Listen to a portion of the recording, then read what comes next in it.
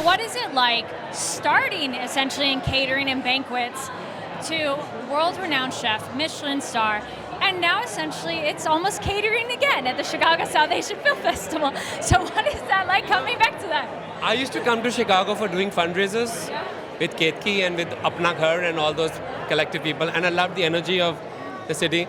I just told Ketki when I walked in, I said, it took me 15 years to come back, but I wanted to create something which has value. And where I come from the banquets and everything, I just think that kids like us don't get to be on international platforms where your art gets seen, appreciated by millions of people. So you have to be there's certain fear, there's a certain pain and certain kind of alertness that when you bring out a project, people will ask questions, but you need to be most honest in your integrity.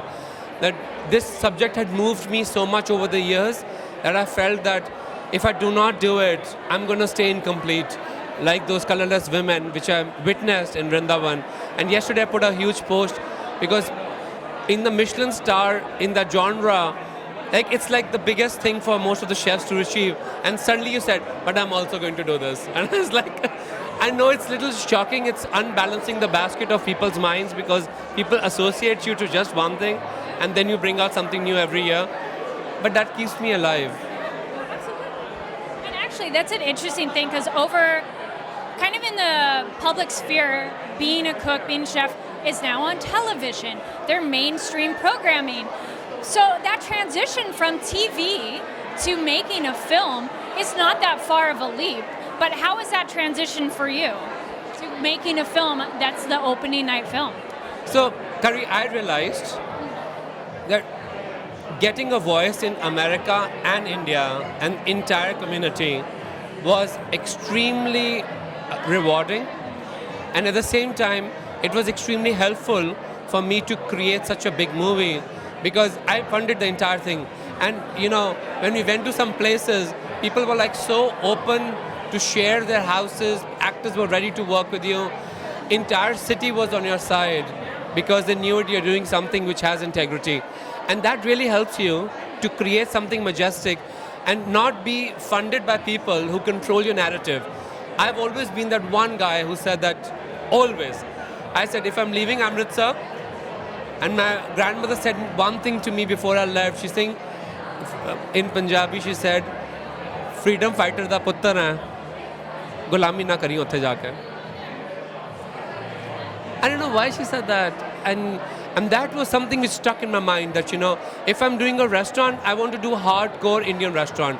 I'm not going to be working. I was trained under a lot of American and European chefs, but I said, my restaurant is all Indian. My food is all Indian. Because you have to embrace that sensibility and that soul, that helped me to translate that entire thing. When you want to watch the movie, a lot of people say, we need to hug you. Because it's such a tough story to tell. And you have to tell it on so many different layers of caste system, discrimination, not an inclusive structural society with an ancient past lingering onto it. So I think that is what helped me to understand. And then also, you go from documentaries to shows and now a feature film. What's next?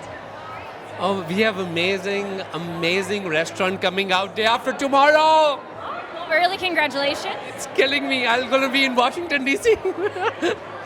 But it's called Kinara. And I promise you, you would have never seen such original Indian food. I promise you. The way I'm using Indian techniques, of course, non-molecular, non-modern, not contemporary, hardcore Indian on the plate, but the way I'm pushing myself to change the shapes and dynamics of the food and how we actually consume every bite, you're going to feel so proud that this is the leveraging of the food. So another step past the cauliflower tree. Thank you for reminding me on that. I think this is going to surpass that. Okay, yeah. This is going to surpass that. But I don't do so many restaurants, so when I do it once in 5 years, 6 years, I totally get involved. And that's the way to do it. Thank you. All right. So you've had a long career of feeding people's hearts in a way, and now you get to feed people's eyes with your film. I think minds. As a child, I knew something was wrong with the structure, but no one guided me or gave me the permission to interrupt it.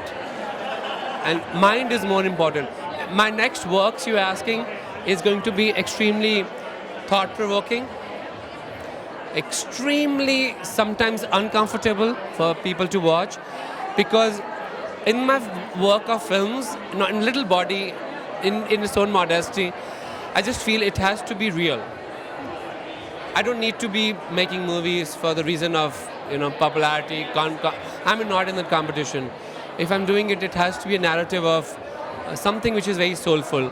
And you're going to see how I'm touching so many different issues of transgenders and a multicultural society which cannot be singular. India cannot be singular. It is an extremely plural society, and that is going to showcase in most of my movie work. Thank you very much. Sorry, one last question too. What has kept you driven constantly? Because you've had a lot of starts, stops, rewinds. So what is it that keeps you that oomph to keep going? My mom. I want to make her proud. With every project, I want to make her feel that all what she went through with me, and she never gave up, was all worth it. That's the only fear. Every time I go back and I see a new wrinkle on her face, I said, Mom, don't grow old. You're the only motivation I have. My dad too, but I feel that what they went through to raise a child with such difficult physical abilities, and choice of my career was so difficult for the city. And I just feel that I just want to make them feel with every project that whatever they did for me, it was worth it. On a global platform, and just to make them feel that every project says thank you to them. Thank you.